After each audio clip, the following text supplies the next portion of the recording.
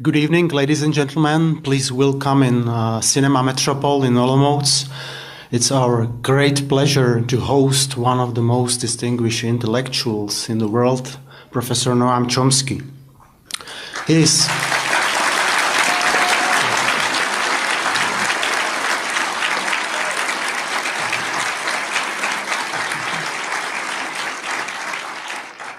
There are few people in the world who are as famous and as influential as Professor Chomsky, who still teaches at Massachusetts Institute of Technology. Tonight we'll host a debate with him, and I have to say that Professor Chomsky is not the first important figure in the world of intellect. In Olomouc, we have hosted here a couple of other very important figures like Robert Rosenstone, film historiker, Benjamin Barber, political scientist, Paul Leesman, philosopher, and others. The strategy for tonight was to open up the questions for broader public, and we have got many of them through the internet. And our co-speakers today, Martin Škabraha and Vít Janeček, were about to select some of the most important interviews. Let me tell you a few words about our participants today. I think I don't need to introduce Professor Chomsky. Everybody in this hall read at least something about Professor Chomsky. Probably most of you read some of his texts on linguistics or his political commentaries. So please welcome again in Olomouc. It's a really great honor for us. Second participant is Martin Škabraha, who is philosopher teaching here at Palacký University. He is also a civic activist and a member of a Green Party. Second is Vít Janeček, who is filmmaker, dramaturgist, and he's working as associate professor at Film and TV School of Academy of Performing Arts in Prague. My name is Jiří Lach, and I currently serve as a dean of Faculty of Arts. Now, let me pass a word to first speaker, to Martin Škabraha. And Martin, can I ask you to give a first question? Thank you, and good evening, everybody. I would like to begin with a little doubt. We surely will enjoy this evening, we will enjoy this discussion, but what is the effect in the end? What can philosophers or intellectuals do against what is called the government of one person, by one person, and for one person? How can philosophers and intellectuals influence politics so in such a way that it is more humanistic, more democratic, especially in this situation when politics is run by a very powerful, tiny elite? What can we do? Well, I think, first of all, we can do exactly the same thing that carpenters and chemists and anyone else can do, namely educate ourselves, others, organize, take part in or initiate activism of various sorts. All of that's open to us. People who are called intellectuals are a very curious class if you think about them. So take where I teach, MIT. If there's a Nobel laureate in physics who's working 70 hours a week in his laboratory on problems of advanced physics, we don't call him an intellectual. If the janitor who cleans his room happens to have a great deal of knowledge about world affairs and a good deal of insight into human life and understanding, maybe more so than the people who write books, we don't call him an intellectual. Intellectuals are people who have a certain degree of privilege, enough to be able to reach audiences and who discuss issues of general public interest. So yes, they have, given the privilege and the opportunities, they, of course, have greater responsibilities. Privilege confers responsibility. So they can do what the janitor can do, or what the carpenter can do, or what the chemist can do, and have other opportunities too if they use them, if we want to use them. I don't think there's any shortage of opportunity. I think there are shortages of will. In fact, if you look at the history of intellectuals, it's not a pretty one. Overwhelmingly, intellectuals have labored in the service of power. The term intellectual entered modern Western usage with the Dreyfus and nowadays we respect and honor the Dreyfus the defenders of Dreyfus, critics of the French state. It certainly wasn't true at the time. They were bitterly condemned. The leading, most prominent intellectuals had denounced them, berated them for daring to criticize state power and the Holy Army, and what right did these writers, painters, and so on have to talk about things they knew nothing about. The respected intellectuals, the immortals of the Académie Française, were bitterly hostile to the Dreyfusards. In fact, Émile Zola, the leading one, had to flee France. That's typically the pattern. And it goes back in history as far as you like. I mean, back to the earliest recorded history, there were people who were approximately what we would call intellectuals today. So in classical Greece, one of them was forced to drink the hemlock because he was corrupting the youth of Athens by asking embarrassing questions and challenging doctrine and dogma. Around the same time in the biblical record, there were people who were basically intellectuals. They're called prophets, but that's just a bad translation of a pretty obscure Hebrew word. They were people who criticized the crimes of the king, called for mercy and compassion for the poor and deprived, presented geopolitical analysis, warned of the threats that the evil kings were bringing to the people. So that's intellectuals. Now, what happened to them? They were imprisoned, they were driven into the desert, they were condemned. Centuries later, they were honored, not at the time. There were intellectuals who were honored, the flatterers at the court. Centuries later, they were called false prophets. That's pretty much the pattern. So, for example, in the West, Czech dissidents were honored, not at home, not by the ruling authorities. And conversely, intellectuals in the American domains were not only not honored, they were murdered straight out. So, for example, in a week after the fall of the Berlin Wall, in the country that was the leading recipient of U.S. military aid, aside from Israel and Egypt, a separate category, and had the worst human rights record. That's a standard correlation. El Salvador, the High Command, which is in close contact with the American embassy, ordered a battalion of troops to invade the university and murder 6 leading Latin American intellectuals, Jesuit priests, blow their brains out and kill any witnesses who happened to be around. So they also killed their housekeeper and daughter. I doubt if any of you could know their names, even.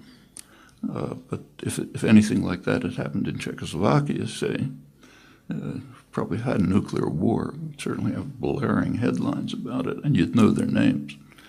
But that's the difference. In your own crimes, you ignore.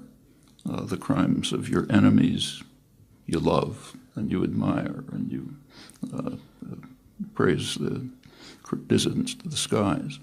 That's the pattern right through history.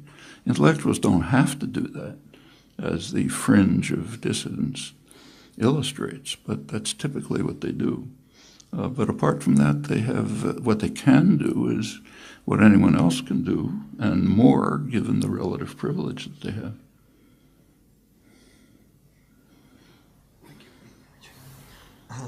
Thank you. Good evening. I picked several questions more or less associated with education and world of, let's say, university as a general environment for keeping certain knowledge and keeping valuable things from the history till today.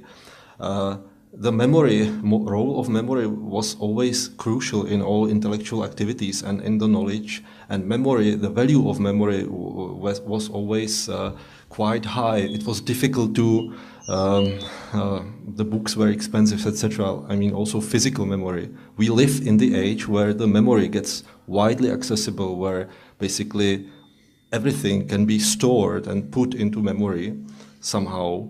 And it has also large impact for university education, starting with, I don't know, internet copy-paste system to, let's say, wide exposition of text, which people can be exposed with the text. The question is, what is your point? What should we keep and replicate, and what should we somehow refuse and forget within this context where the memory is so widely accessible? Well, first of all, it's not what you say is correct. I mean, the access to information is much easier than it used to be. I use the internet like everyone else, and it's easier to type something into my computer and get an answer back in 30 seconds than it is to go across the street to the library and look it up. But the change from libraries to the internet is much less of a change than the change from no libraries to libraries. That was a huge change. So the internet is a slight addition and a not insignificant one. As far as information is concerned, we've always been swamped by overwhelming amounts of information. I mean, my own personal education was mostly in when I had a stack in the Harvard Library, and this huge resource was right there. You could walk around the library, find all kinds of things you never heard of, a huge mass of information far beyond anything that anyone could assimilate, couldn't dream of it. And the internet expands that, but not in a fundamentally different way. So I think the question has always arisen, at least since the invention of the printing press, which made information, at least in principle, available to large numbers of people. It's always the same question. You keep what's valuable and you put aside temporarily what you think may not be valuable, and it's often mistaken, and you go back and you find you made the wrong decisions. But I don't know any way out of that. That's what's done in the sciences. That's a lot of my own work, for example, has been involved in, I happen to be interested in 17th and 18th century philosophy and science, and gone back and found lots of things that were understood, very well understood, and are now being rediscovered. If they had not been forgotten, we'd be better off. If they were understood today, we'd be better off. And you never know. You can't know. You can just do your best to try. But there's no methods. We're always been swamped by information. We always have to make these difficult decisions. Thank you, Martin. Okay, let's develop this topic. New information or communication technologies are great opportunity, but they are very dangerous at the same time because they sort of multiply eyes and ears that our governments have, and they can spy on us more than ever in history. Sorry, is it okay? Oh, is it? It's okay. So as I say, there is also a very dangerous aspect to these new technologies. My question is, how can we avoid this danger, or how can we fight against this? Because this kind of control is almost invisible, isn't it? So what can be done against this danger? Well, I presume you're referring specifically to Edward Snowden's revelations about the National Security Agency efforts. I mean, the fact that governments spy on their enemies is not new, and nor is it new that the domestic population is one of the main enemies of just about every government and every power system. So sure, they're always going to try to spy on and control their domestic enemy. Now, that goes back as far as history does. People who've been involved in activism have always been conscious of this. I mean, I was very much involved in resistance against the Vietnam War, but we never used the telephone. I assumed it's tapped. We never talked about things, sensitive things, in open meetings with probably infiltrators. Sure, and that goes on all the time. But the scale of President Obama's efforts was really a shock. There's never been anything remotely like that. I mean, if anyone who is connected in any way to the electronic culture is being spied on, or can be. If you have a cell phone, the National Security Agency they may not bother, but in principle they have access to where you are, who you're talking to, what you say. It's even true if your cell phone's off. If you have a computer, the same thing is true. The Snowden revelations demonstrate that if computers, any electronic equipment that's made in the United States, computers, routers, network materials, go to the National Security Agency so they can install equipment into them which provides access to every keystroke that you make, everything you're doing. Presumably China does the same thing to the extent that they can. That's doubtless they can't do it on the scale of the United States, which has enormous capacity.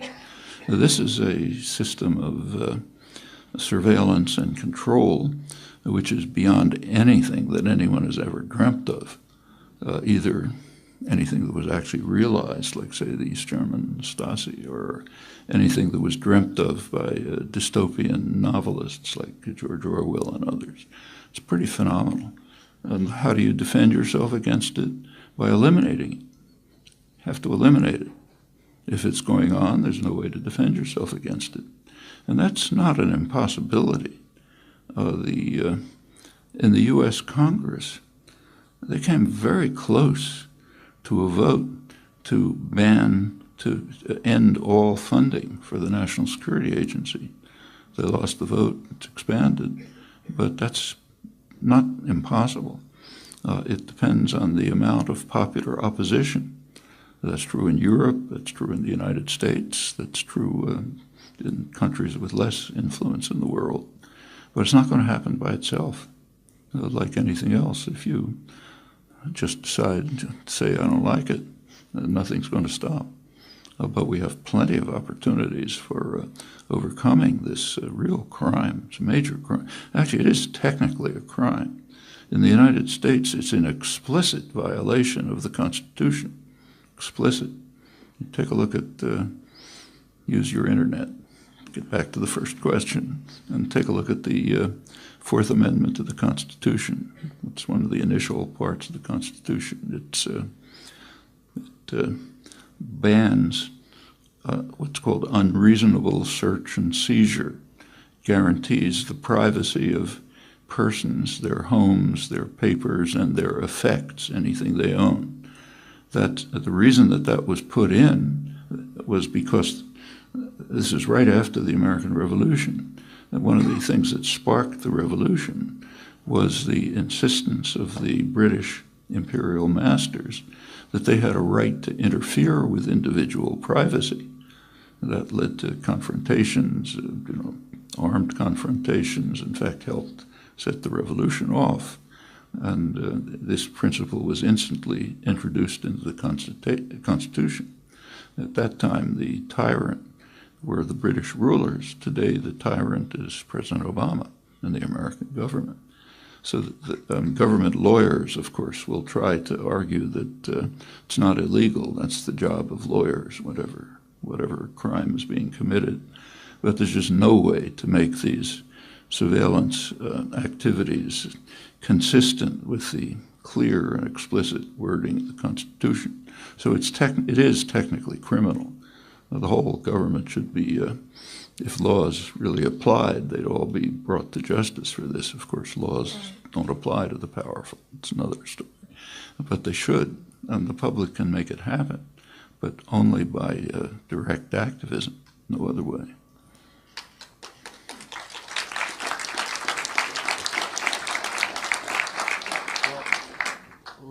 Let me follow up this question, because it's great what you say about the rule of law in the United States, but do you think can the world power today allowed itself a luxus of banning the espionage, intelligence, following the citizens of its own country and the foreign countries?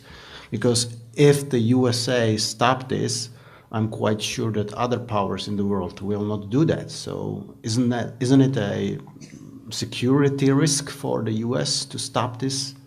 Not that I agree with these practices, but on realistic tone, Russia, China, and other countries will never do that. Well, the notion security is used as if we understand it. Here's a contribution that philosophers could make. There's a standard line in a belief in international relations theory and public commentary and so on, that the main goal of governments is to achieve security. But two questions are never asked: security for whom and security against whom. Okay, it's worth thinking about those things. One thing you can, if you look at the record, it shows quite clearly that governments, any system of power, whether it's a government or a corporation or whatever it may be, is interested in security for itself. They're interested in security for state power, and they're interested in security against their enemies. But a primary enemy is always the domestic population. That's shown over and over. So I don't know, just take one recent event. The United States recently joined in a request to the International Criminal Court to try Syrian leaders for the crimes that they're committing. But there was a proviso. They cannot inquire into crimes of Israel, and they cannot inquire into crimes of the United States. Actually, the second condition is redundant, because there's legislation in the United States which grants to the president the right to use force to rescue, that's the term, any American who's brought to The Hague for trial. It's sometimes called the Netherlands Invasion Act. The U.S. government is self-immunized against international law. This is one of many examples. Well, that's an illustration of, it's an interesting topic, no time to go into it, but an interesting one. That's an illustration of how, one of many, of how states are interested in their own security. And what about the enemies, like the domestic population? Well, yeah, they're not concerned with their security. In fact, if you want to investigate how state, it's quite an interesting record, but if you look at the actual record of state policy, it constantly subjects the general population to extreme dangers in the interest of protecting state security. The whole history of nuclear weapons illustrates this quite dramatically. To take an even more obvious example, right now there's a major threat to the security of populations, environmental catastrophe, huge threat. How are powerful states reacting? By increasing the threat. I'll give you the details if you like. You're probably familiar with them. Security of their own population is a very marginal concern for states. Security for themselves is a concern. Security for concentrations of private power is a concern. Plenty of illustrations of that.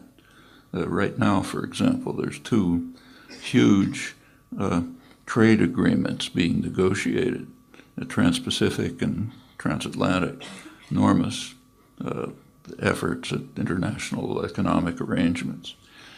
Notice that these are being conducted in secret. The domestic population, which is an enemy, is not allowed to know about it. It's not completely in secret. It's not secret from the hundreds of corporate lobbyists and lawyers who are actually writing these agreements. They know about it. And if you look at the agreements, they have almost nothing to do with trade. They certainly have nothing at all to do with free trade. They have to do with investor rights. That's an example of one of many of the ways in which states preserve the security of the 1% you were talking about, concentrations of private economic power. It's not a big surprise because it's those concentrations that mostly make the laws and determine policy. So naturally, they're concerned with their own security, but not security of populations. Now, let's go back to the question of whether, suppose that in the United States, we were capable of preventing the National Security Agency from following you around with your cell phone, say, and storing the information about who you talk to, where you are, and so on. How would your security be harmed if that was stopped? I mean, it doesn't have anything to do with the Russians and the Chinese. Of course, we don't want them to do it either, but they're probably incapable of it. We don't want anyone to do it. We don't want the Czech government to do it. But no person's security is harmed if the United States, the dinosaur in the room, stops doing it. There just isn't an issue. I mean, there's another question. Should governments conduct intelligence about other states? Well, that's a separate question. So should should Iran, let's say, try to figure out what the United States and Israel are trying to do? Yeah, they have every reason to do that. After all, the United States and Israel are violating international law every day by stating that all options are open with regard to Iran. That is a meaning. That means that they're daily threatening Iran with war and, in fact, even nuclear war. That's what all options are open means. You take a look at the United Nations Charter, which is the foundation of modern international law. Article 2 bans the threat or use of force in international affairs. So they are violating it daily. And therefore, Iran certainly has a right to try to figure out what they're doing.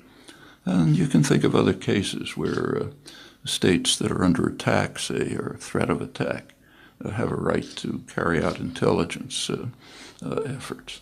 There's one striking case. It's quite real, in fact, right now, as you may know or should know. For 50 years, the United States has been attacking Cuba. Large-scale terrorist war, not small. Large-scale terrorist war, economic embargo, economic strangulation. Just a couple of days ago, the U.S. Justice Department slammed a French bank with a huge fine, maybe $10 billion, because they claim that the French bank is violating U.S. sanctions against Cuba. It's one of the charges. What's the justification for those sanctions? None. Just part of an effort to undermine and destroy Cuba. The Cubans have, this also involves terror attacks, direct terror attacks. A couple of years ago, the Cuban intelligence infiltrated Florida. These come from Florida, the terror attacks. They infiltrated the Florida exile community to try to determine what kind of terror attacks were being planned. And they got a lot of information. They managed to infiltrate it. The Cuban government invited the FBI, U.S. National Political Police, to Havana to present them with the information about terror attacks being planned against Cuba on U.S. territory, which is, of course, a crime in the United States. How did the U.S. government react? By arresting the people who infiltrated and presented them with the information. Some of them are in jail, maybe for life, long jail sentences. You probably don't know about this because the Western propaganda system carefully protects people from knowing about your own crimes. You've got to know about the crimes of enemies, but your own, it's best not to know about. It's part of the protection of state power from the domestic population. This is not a hypothetical case. This is an actual one. So sure, there are cases, and I think it was quite legitimate for the Cuban government to try to detect and discover terrorist activities on U.S. soil and to present the information to the American government. I think that's quite legitimate. So there are cases, I'm sure you can think of others, where intelligence activities could be legitimate, but activities like a violation of the U.S. Constitution, and generalizing it globally, say to determining what you are doing every time you walk across the street with your cell phone, I don't think that's legitimate. And if it was stopped, nobody would be harmed. Thank you.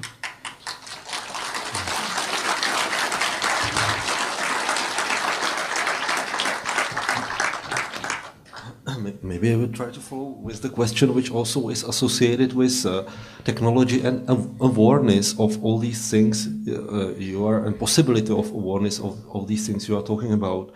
The conception of literacy as something which gives one to connect with society, to read and write, to see like below the lines also, to interpret, was for a long time connected mainly with writing and reading. Technology brings complexity which needs much higher kind of also complexity in terms of literacy to be able to be competent to understand all the layers which technology like brings and to be aware of all the options.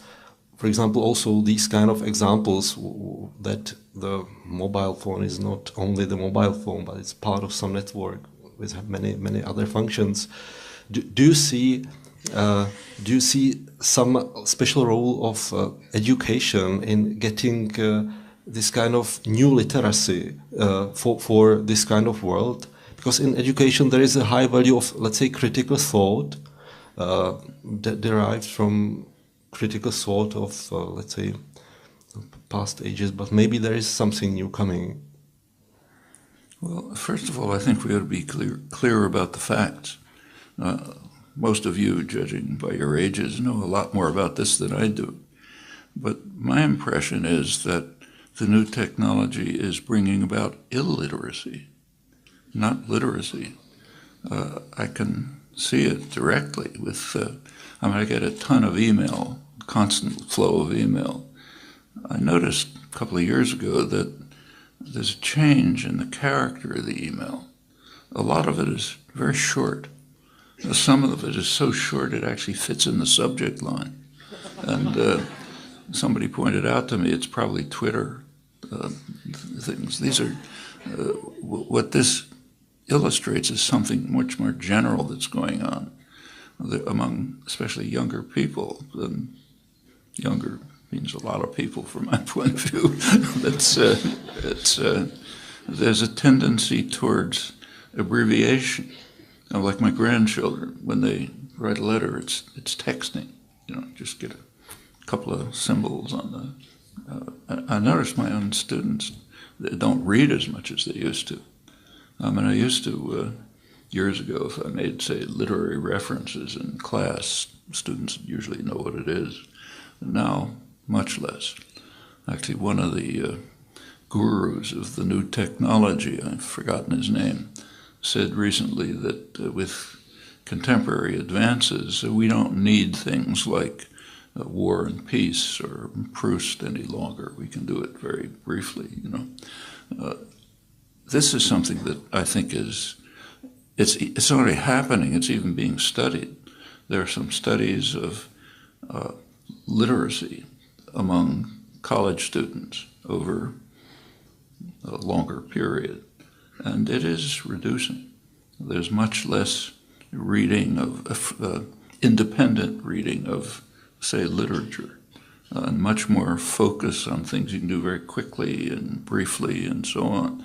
There's even some studies, preliminary studies by cognitive neuroscientists, which may indicate that there are neurological changes taking place as an effect of the reduction of the rapid stimulation and the kind of stimulus hunger that comes with it, and the restriction on attention spans that come from the new technology. I think it's a double-edged sword, in other words. The new technology does offer the possibility of achieving greater thought and understanding, but it also can reduce it. I don't know about you, but if I read something on, say, Kindle, it's very different from reading it in a book. You read it in a book, you think about it, you go back to the earlier page, you pay attention to it. If you're reading it on Kindle, you're just trying to get it. It goes through your head so fast you don't remember what was in there. I think that's a kind of a dangerous phenomenon. As far as what education can do, I think it should try to cultivate the values of thought and reflection. It doesn't matter how fast you read. There's no advantage to reading fast. You have to read thoughtfully and carefully, and that's the way students should be induced to look at the intellectual, artistic, other treasures of the world. But I think they may have to combat the new technology.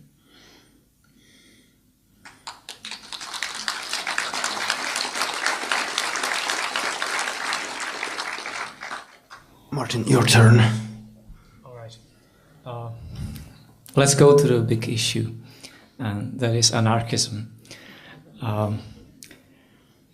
You call yourself an anarchist or anarcho-syndicalist, to be precise.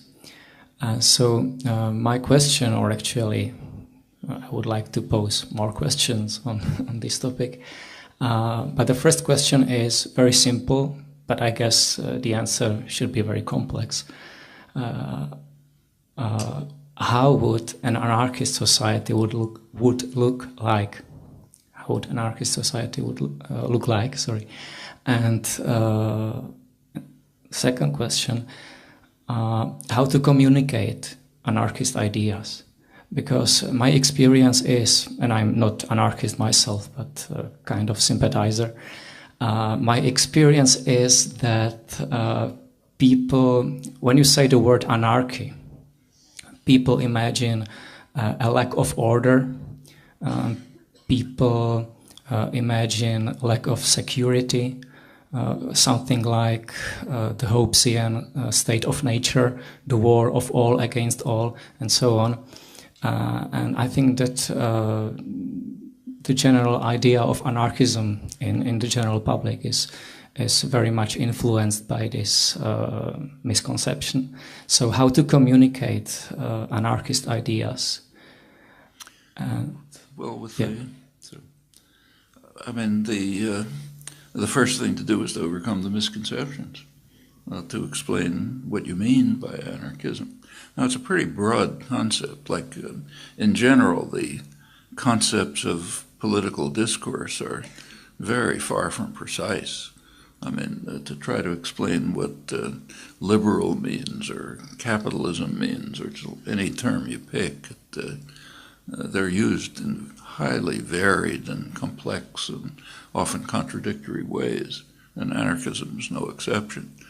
But I think if you try to find a sort of core themes running through anarchist thought and action, there are some.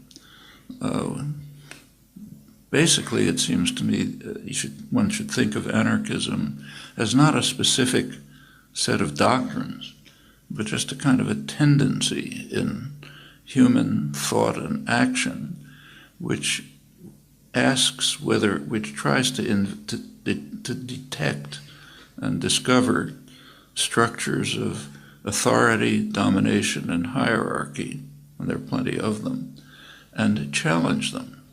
Ask them to demonstrate their legitimacy, recognizing that they are not self-justifying. They have a burden of justification. That's true all across the spectrum of human life, from patriarchal families to imperial systems and everything in between. Wherever you find a structure of domination, hierarchy, somebody giving orders, somebody taking them, whatever it may be, you have to ask, is that legitimate? You cannot assume you shouldn't assume it is legitimate because it's been like that. That's not a justification. You have to ask, is it legitimate? When you do, you generally find that it can't be justified. There are cases, you can think of cases where you can make up a justification, but try it, it's pretty hard. Most of the time, the justification is the way power is distributed. That's not a justification. And anarchism is the effort to discover such systems when they can't justify themselves, to dismantle them and to move towards greater freedom, justice, opportunity, individual creativity, cooperative activity, and so on. It's just a tendency in history. And I don't think it's hard to communicate to people. I think they take it for granted if it's brought to their attention. And you see it. For example, take one of the major achievements of the last 50 years in many societies, the United States, many others, I'm sure here, has been expansion of women's rights. It's changed enormously. And how did it happen? Well, as soon as the structures of oppression were identified, they kind of disappeared, which is not instantly, of course. There's resistance, still plenty of resistance. But there's a nice, it's a general truth that power prefers darkness. If it's exposed to the light, it erodes. If people can see it, it erodes. And this happens all through history. Where does it lead? So what would the final goal be? I don't think anyone is smart enough to say that, to say what it would be. This is a constant, ongoing effort to try to expand the realm of justice, freedom, independence, breakdown of authority, and so on. And I don't see that should have any limits. You can think of all kind of concrete cases. So, for example, just think of the forms of authority and domination that exist in our societies. One of the dominant ones is wage labor. If you go back to the early days of the Industrial Revolution in England and the United States and other countries, people who were being driven into the industrial system bitterly condemned it. In the United States in the mid-19th century, when the Industrial Revolution was beginning, working people described wage labor as equivalent to slavery. The only difference was that wage labor is supposed to be temporary, whereas slavery is permanent. Actually, that was such a widespread idea that it was a slogan of the Republican Party. Abraham Lincoln accepted it. That's when Northern workers went to war in the Civil War. That was one of their slogans. Want to eliminate chattel slavery, literal slavery, and what they called wage slavery. No influence of Marx or European radicalism. This just came straight out of popular understanding, the popular understanding of free, independent people who felt their rights are being taken away by being forced into a system where they have to sell themselves to survive. I mean, they understood. You read they had their own. This is the period of the freest press in American history, maybe any history. There's working class press, what were called factory girls, young women taken from the farms and forced into the textile mills, had their own journals. It's a very rich literature.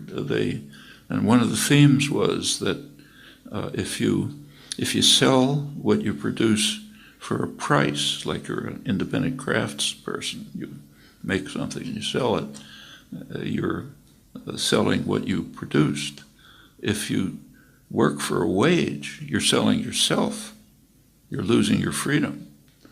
You're the only thing that you're selling is yourself. You're losing your freedom, your dignity, your independence, your worth as a person. Well, over the century, century and a half, this has kind of been instilled into people's heads, and the intuitive understanding of the absolute injustice of this relationship has been kind of suppressed. But I think it's right below the surface. I don't think it takes much for people to recover the understanding that was second nature a century and a half ago. Maybe some work, but that's the kind of thing that organizers and activists ought to be doing. And that's a kind of oppression and domination that I think should be eliminated. And we know how to do it. It should be eliminated by enterprises that are managed and run by their participants. Not a particularly obscure or even utopian concept that happens in many cases. For example, there's in Spain, Basque Country, it's a huge conglomerate, Mondragon, which is more or less run on these principles, not quite, but something like it. It's owned by the participants. They select their own managers. They don't manage it themselves, and they're under recallable and so on and so forth. That's a step towards overcoming the deep oppression of the wage labor system. In the United States, in the old industrial regions, so-called Rust Belt, where the factories have been abandoned and so on, there's a spontaneous spread of worker-owned and worker-managed enterprises, not huge ones, but pretty substantial ones. In fact, they're now one of the more progressive unions, the United Steelworkers, is right now involved in discussions with Mondragon in the Basque Country to try to integrate their activities. These things come very naturally to people. It seems perfectly obvious thing to do, and I don't think there's difficulty in communicating it once people are freed from the oppression that comes from just reflexively adopting the customs and conventions in which you survive. Actually, it's rather similar to the women's movement in this respect. So, for example, if you'd asked my grandmother whether she was oppressed, she wouldn't have understood what you're talking about. That's like asking, does she breathe? If you asked my mother whether she was oppressed, she knew it, and she resented it, but she thought there's nothing you can do about it. My daughter is totally different. They won't even bother answering it. Those are changes. Those are changes that have taken place just through exposing power to the sunlight. and seeing it evaporate.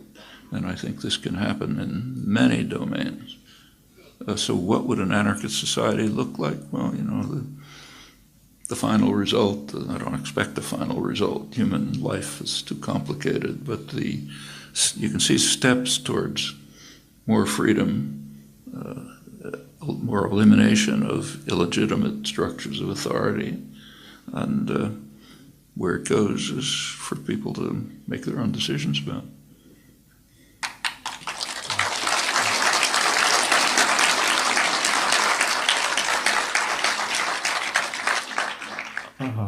Hopefully, it would be like you describe it, but I still have a little doubt, and that is, isn't it too demanding? You know, it's easier to be led by an authority. I'm myself a sort of activist, and sometimes I regret it all the time. It's terribly time-consuming. It costs me a lot of energy. The outcome is very uncertain. It's not very rewarding, or not all the time. It's easier to be led by authorities. So isn't the idea too much demanding? That's basically an argument for slavery. The optimal, the ultimate position in which you don't have to make any decisions at all is if the master just tells you what to do in the morning, you go do it. Wage labor is somewhere in between. It's, my grandmother's oppression was somewhere in between. It's true that freedom creates burdens. You have to make choices and decisions. But a burden isn't really the right word. That makes you a more happier, a person's more alive, has greater opportunities for use of their own independent faculties. You can develop your faculties, you can apply them. Yeah, it does require choices and takes time, but that's all to the good. And I don't, you teach in a university, right? Well, universities are about as close as exists in the modern world to self-managed societies. Like there is an administrative structure. There's the people who run it, and the state authorities and so on. But deans, we've got to get rid of them. But you go to a university faculty, the actual faculty, say the philosophy department or the chemistry department, pretty much they make their own decisions about what they're going to do, what they're going to work on, when you're going to work, when you're not going to work, who you work with, what courses you teach, and so on and so forth. I mean, it's not an anarchist society, but it comes about as close as anything in the modern world. And people choose it and prefer it. It just gives you lots of freedom that you don't have in other professions. That's one of the reasons why people quite commonly will take an academic position instead of working in the business world at a much higher salary, but much less freedom. Freedom itself is a remarkable value. Just a small remark, there were plenty of doctrines, ideologies, and then regimes which were promising anarchical society or a society where the oppressors are gone, but actually they brought more oppression and more suffering, and you can go far back in the history. So, which do you have in mind? Well, French Revolution, for instance. Well, the French Revolution didn't promise anarchy. Well, that's true. They didn't promise anarchy, but they brought a society in anarchy for a while, and a number of people suffered. Not anarchy. They brought they did overthrow a system of oppression, like the king, the nobility, the church, and a lot of that was permanent. But it quickly instituted a system of extreme oppression, very quickly. Nevertheless, there were gains, and the gains are permanent. They, through the rest of French and, in fact, world history. A lot was built on the basis of the achievements that were made, even though they were beaten back. Well, you have some uglier examples, like the Soviet regime, which was promising. I'm not saying that it was an anarchy, but it was promising something better. I think that's a mistake. If you take a look back at the early part of the 20th century, early 1900s, the Marxist left was bitterly condemning Lenin because of his authoritarian tendencies.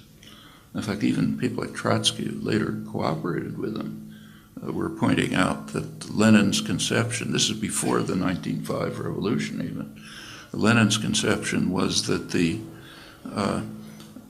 Communist Party should rule over the proletariat, the Central Committee should rule over the Communist Party, and the maximal leader, Lenin, should rule over the Central Committee. And in fact, about as soon as the Bolshevik takeover took place in October 1917, that's exactly what happened. If you take a look at I think the history is, in my view, misunderstood. There was a period from April 1917 until October 1917. Right in that period, if you read Lenin's writings there, they do have a kind of a libertarian, anarchist flavor. But it was not true before, and it certainly wasn't true after. And I think a kind of cynical but probably accurate interpretation of this is that he was a politician. He was trying to appeal to the revolutionary fervor of the 1917 revolution. So he was taking the positions and the attitudes of the general public and was trying to present himself as the spokesman for them. Once he took power, it was back to the earlier positions, highly authoritarian. And in fact, Lenin, in his justification, he had a reason. He had there was a justification for it. It wasn't just personal power. I mean, he was an orthodox Marxist, and there was a kind of a Marxist orthodoxy, which Marx didn't believe in. But Marx and Marxism are two different things.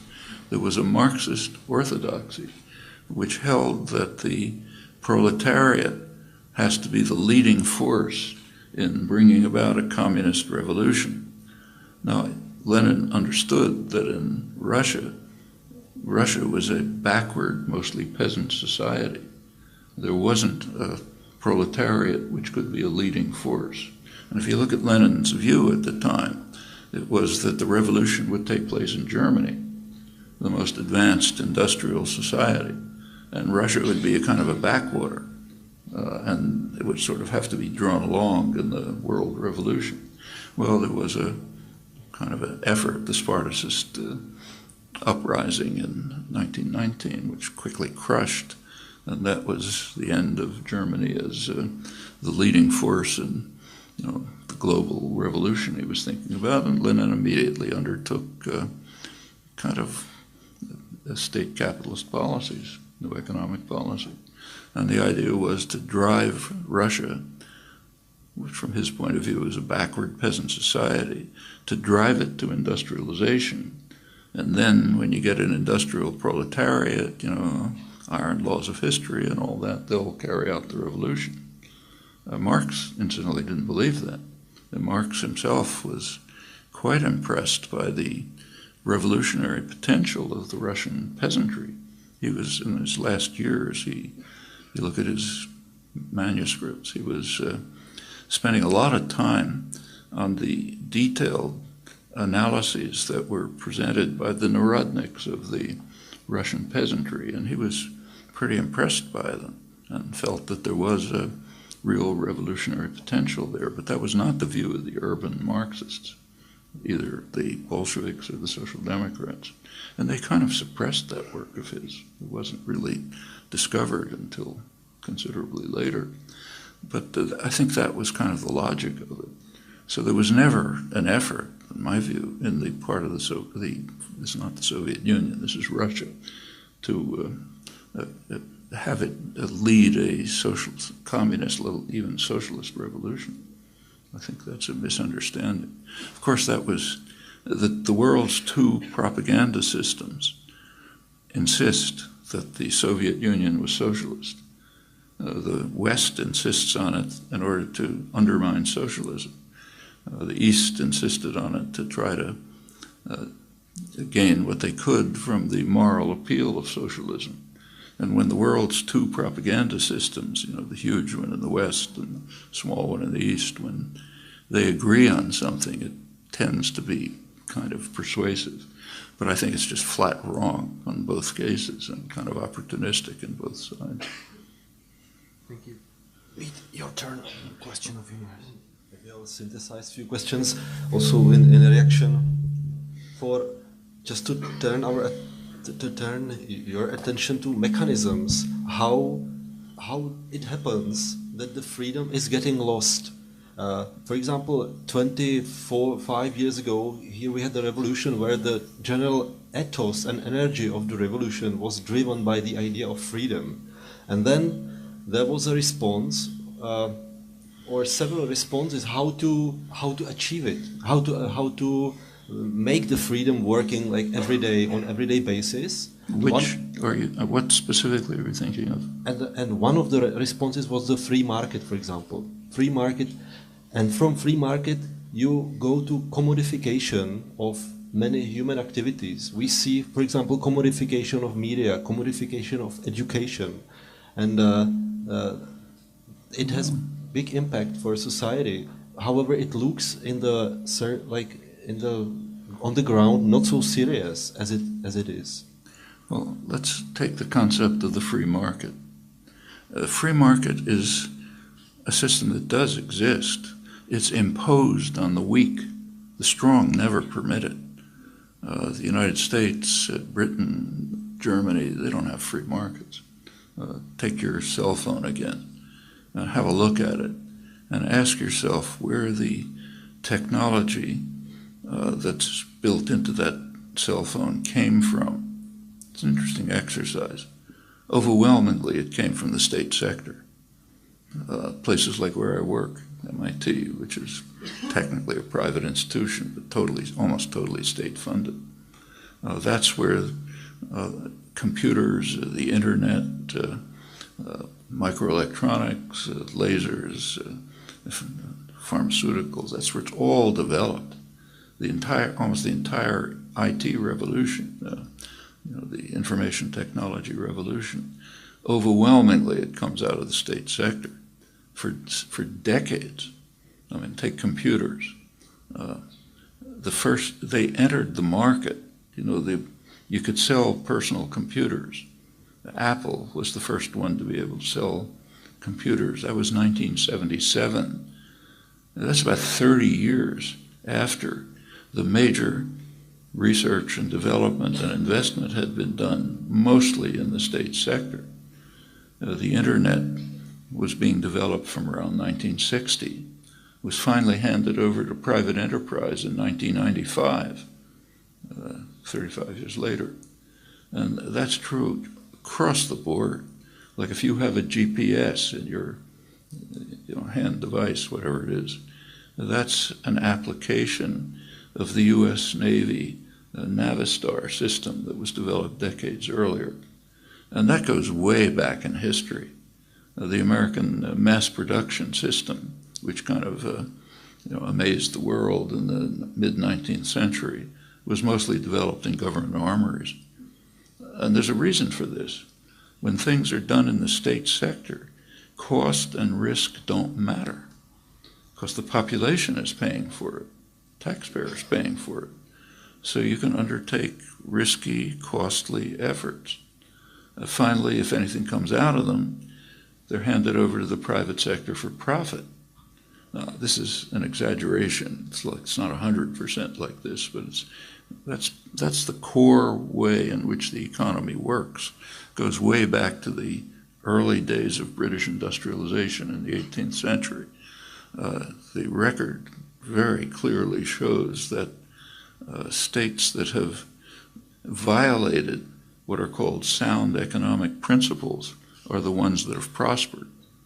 Just to give you an illustration, when the American colonies were liberated from England, they got advice from the best British economists. Adam Smith, for example, advised the colonies on the policies that they should follow.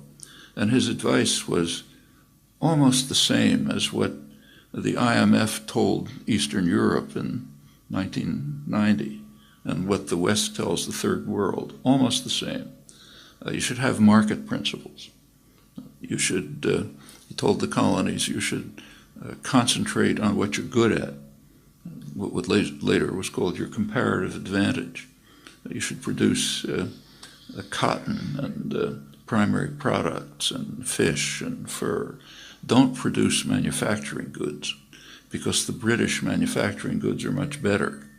So import British manufacturers, produce primary products. Certainly don't try to monopolize your primary products. Remember, the main primary product then was cotton. Cotton was like the oil of the early Industrial Revolution. So he said, don't try to monopolize cotton, just keep to market principles, produce primary products, import superior British goods, and then everyone will be better off.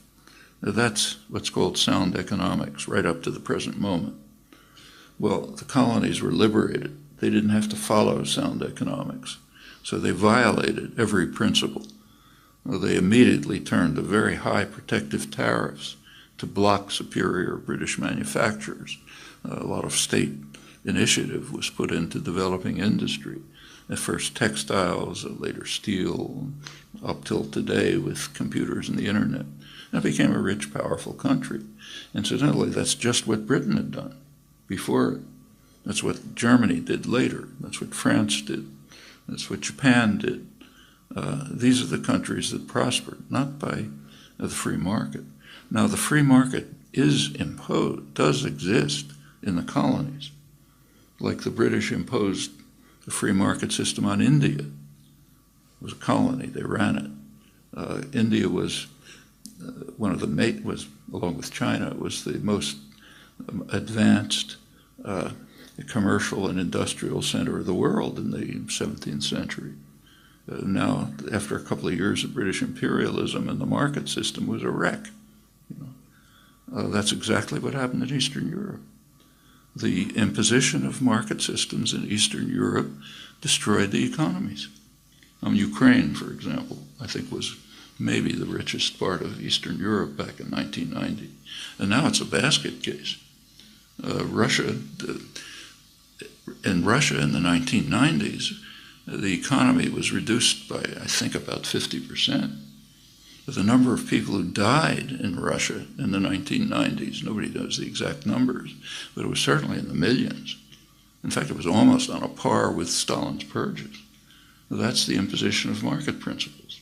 You see it all over the world.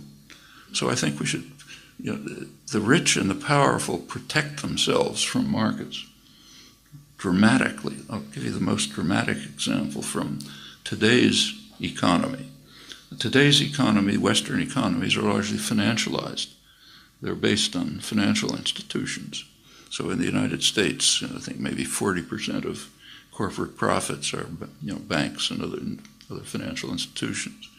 There was recently a study by the International Monetary Fund of the 6 major American banks, the biggest banks, J.P. Morgan Chase, Goldman Sachs, and so on.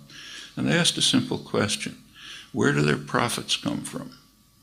Turns out their profits come almost entirely from a government insurance policy. There's a policy which is called too big to fail. That amounts to a government insurance policy. That tells the CEO of J.P. Morgan Chase that you can make risky investments and transactions which will be profitable. And if it crashes, don't worry about it, because the taxpayer will bail you out. And it's not just the bailouts, that's a small part of it. It's access to cheap credit, better credit ratings, all sorts of devices.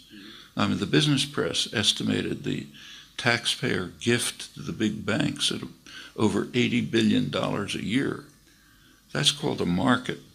It's got nothing to do with markets. That's class warfare. That's powerful systems using their power to extort wealth out of the public so they can prosper. And that's pretty much it's the same with these trade agreements, like the we don't know the details because they're secret, but the parts that have leaked out are highly protectionist and designed to increase to monopoly pricing rights, like excessive profits for pharmaceuticals. So I think we should be very cautious about thinking about terms like free market. I mean, there are, in fact, if you just think about it, the things that we are not taught not to think about are pretty remarkable. Like there's a huge industry in the West here too, huge industry devoted to undermining markets. It's called the advertising industry. If you've ever taken an economics course, you learn that markets are based on informed consumers making rational choices. All of economic theory is based on that.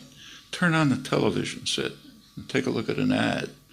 Is it trying to create an informed consumer making a rational choice? No, of course not. It's trying to undermine markets because business doesn't want markets. They want power.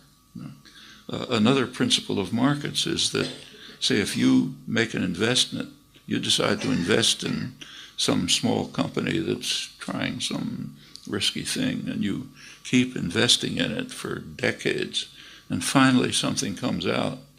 In a market system, you'd get the profit, not in our society. The way it works in our society is that the taxpayer makes the investment for decades, like computers, internet, etc. And when something profitable comes out, it doesn't go back to the taxpayer. It goes to Steve Jobs or Bill Gates or somebody like that. It's got nothing to do with markets. It has to do with power. And again, there are places where market systems are imposed, like the Third World or like Eastern Europe after 1990. But that has nothing to do with freedom.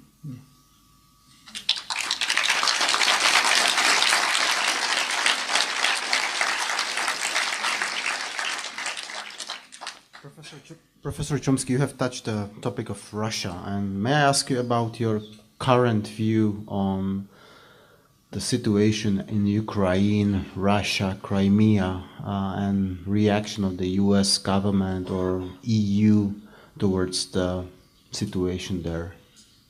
Well, the invasion and annexation of Crimea is in violation of international law. It's in violation of explicit treaties to which Russia was a party, to observe the borders of Ukraine, no doubt about that. It's not the only such case in the world. There are much worse cases. We don't talk about them because they're our crimes, but they exist. So think about them. Take, for example, just to take the most obvious, which would be on the front pages if there was anything like a free press. Take, say, the U.S. takeover of eastern Cuba. Okay, it was taken at the point of a gun. There's a treaty, but it was under military occupation. So Cuba was forced to hand over eastern Cuba to the United States. It's what we call Guantanamo. It's a big part of southeastern Cuba. Includes Cuba's major port and any real hope they have for trade and development. The U.S. has held it for over a century. When Cuba got its independence in 1959, they asked to have it back. U.S. refuses. For over 50 years now, the U.S. has refused Cuban efforts to get that part of their territory back. The U.S. has no justification for this. No strategic interest, no historical connections, nothing except one thing. It helps, it contributes to the U.S. policy of undermining Cuba's hope for independent development. That's it. It's part of the policy of economic warfare, of terrorist activity, and so on. Otherwise, nothing. I mean, the Russian actions in Crimea are criminal, but they have a much stronger case than the U.S. has in eastern Cuba. And there's other cases.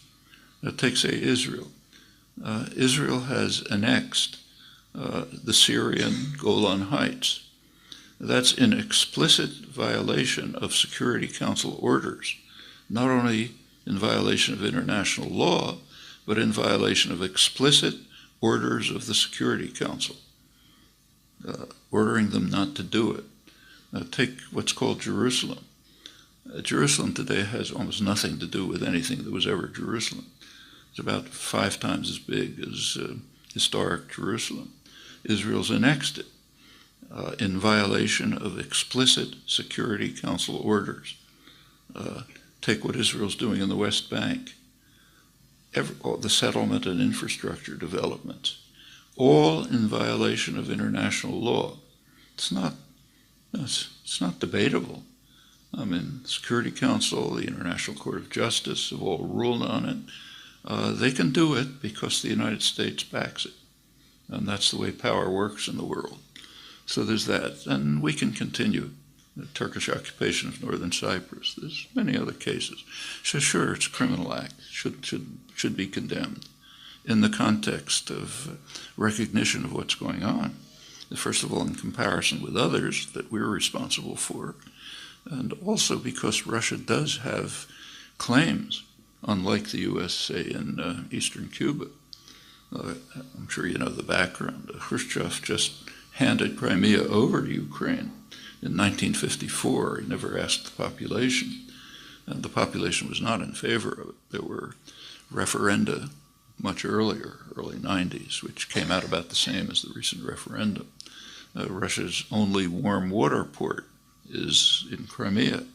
It's their main naval base. It's got long historic connections and so on. So it's a criminal act, but there are arguments for it, unlike, say, the U.S. and Cuba. Furthermore, there's a history. If you take a look at what's the EU, U.S., and Russian actions now, if you read the press or you listen to government pronouncements, there's a lot of condemnation of the fact that Russia is carrying out military maneuvers near the border of Ukraine, but inside Russia. At the same time, the U.S. is carrying out military maneuvers in Poland and the Baltic states, right?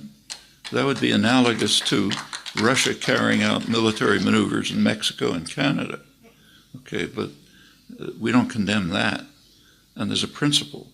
The principle is we own the world.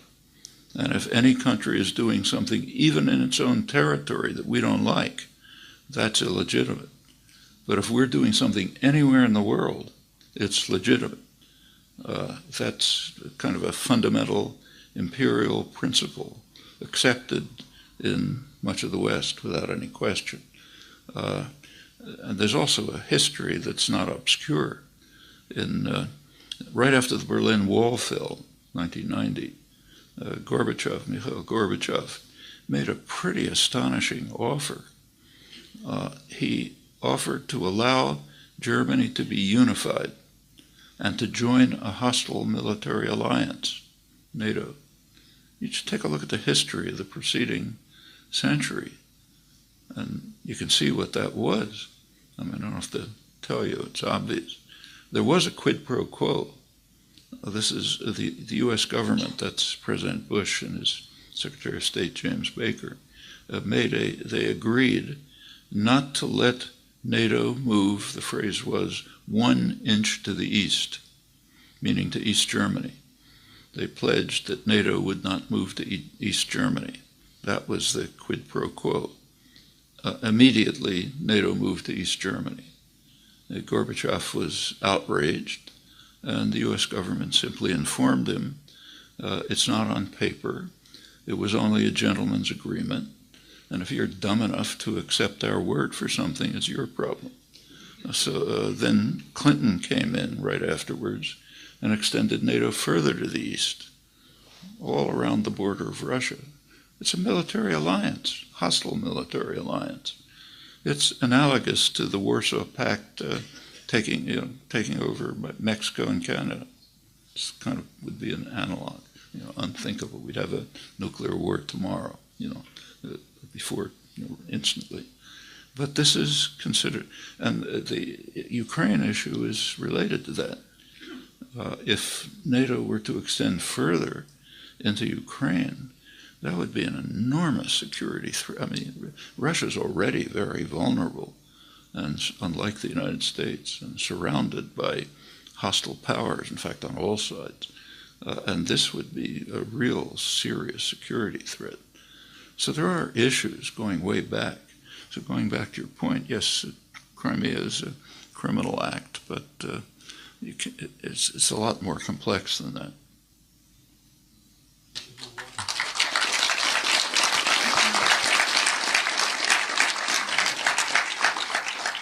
We should move on, and last two questions. So first, Martin. Okay, thanks. Up to this point, we were talking about humans, but I think we could utter a few words also about other beings, those without universal grammar. And I would like to know your opinion on animal rights, and then your opinion on veganism. What do you think about that? Well, over the past centuries, the kind of domain of rights has been expanded. So like if you go back 800 years to Magna Carta, the kind of foundation of Anglo-American, now Western law, it granted something called presumption of innocence. You're innocent unless proven guilty in a fair trial by a jury of peers. Now that, incidentally, that right has completely disappeared. Today, guilty means that Tuesday morning, Obama decided to kill you. That's what guilty means today. That's the drone terror campaign. But there was such a principle, presumption of innocence, but it was for free, privileged men, in fact, barons. Over the centuries it expanded. Not totally, but it did expand considerably. Okay, you take, say, the United States. In the United States Constitution, it's there, but it meant free men with a certain amount of property. Obviously, it didn't mean slaves. It didn't mean Native Americans. It didn't mean women. They were not. In fact, women under the U.S. took over British common law, under which women were property. They weren't persons. So a woman is the property of her father. That's properties handed over to her husband. In fact, that lasted until 1975, not that long ago. In 1975, the U.S. Supreme Court ruled that women have a right to serve on federal juries. That means to be peers. To be a peer means to be a person. So it took a long time, but expanded. It's not perfect, but it expanded. And rights have extended in other ways, like slavery is outlawed and so on. And that's also true of animal rights. There's been an expansion of the concern for animal rights. So take, say, Cambridge, Massachusetts, where I live, two major universities, Harvard and MIT. 50 years ago, the labs were carrying out experiments with animals that you cannot carry out today. They violate federal law, local law, and even university laws. Right, that's an expansion of the domain of animal rights. At the same time, there's severe regression, huge regression. You take a look at species extinction today. Species extinction today is at the level of 65 million years ago, when an asteroid hit the Earth and ended the age of the dinosaurs. Massive extinction took place that kind of opened the way for mammals, ultimately us. Species extinction now is at the same level, except we're the asteroid. That's an attack on animal rights, which is just colossal. You know, we're wiping out species at the rate of 65 million years ago when an asteroid hit. You can't imagine a more extreme violation of the rights of animals, of species. And we don't even know if that's, not enough is known to know if that's the actual number. It could be much higher, because I can identify lots of species. So it goes both ways. It's definitely a serious issue, and we ought to think about it. Part of geologists, as a lot of you probably know, break up the history into epochs. Now, there was the Pleistocene, which lasted a couple of million years, up until 10,000 years ago. And then comes the Holocene, that is connected with the human invention of agriculture, which made a big change in the general environment. 250 years ago starts a new epoch. It's called the Anthropocene. That's the Industrial Revolution, with really rapid effects on the general environment. You take a look at these numbers and project, and it's not pretty to ask what comes next. But that's what we're doing, and we're racing forward to make it worse. That's, say, in the United States now, there's a lot of enthusiasm about becoming the Saudi Arabia of the 21st century, 100 years of energy independence and so on. What's the world going to look like after another century of exploiting fossil fuels? Well, don't leave it to your imagination, but it's not something projected for the future. It's something underway right now with a massive attack on animal rights. In fact, massacres. And we're next, not far.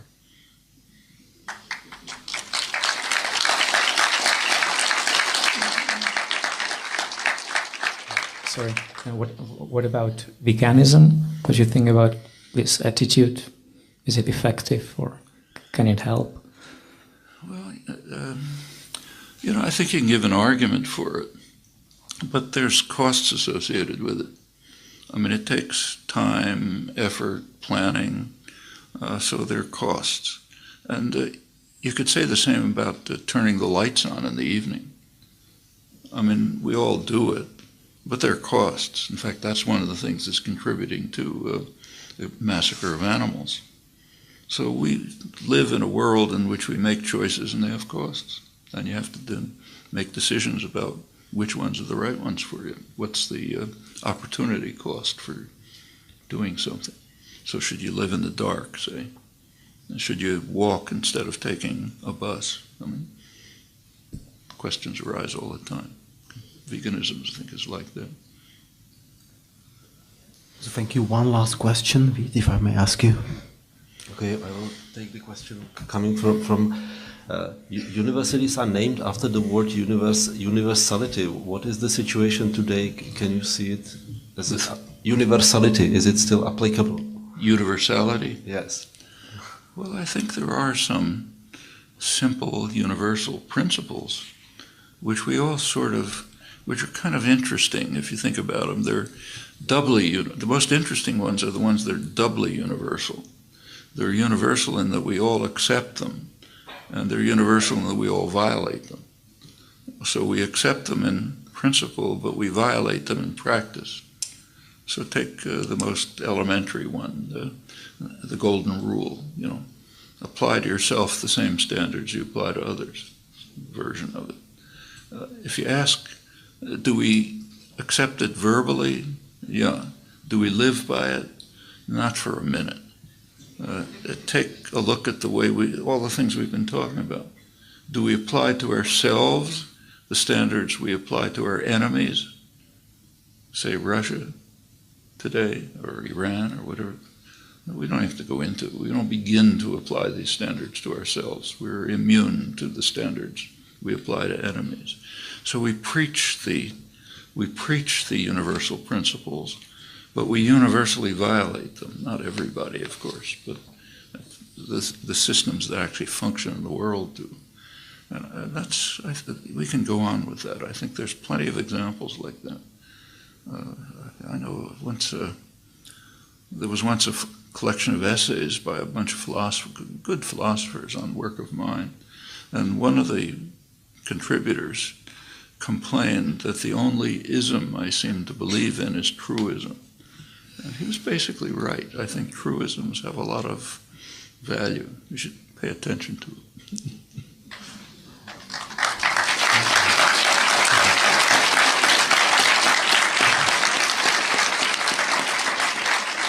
I'm sure there are plenty more questions which we have in mind and audience has, but we are running out of time. Professor Chomsky, I wanted to thank you very much for being with us tonight. Thank you very much. It's a great honor for Palacký University and I think for the whole Czech Republic. We appreciate your highly controversial issues and views on some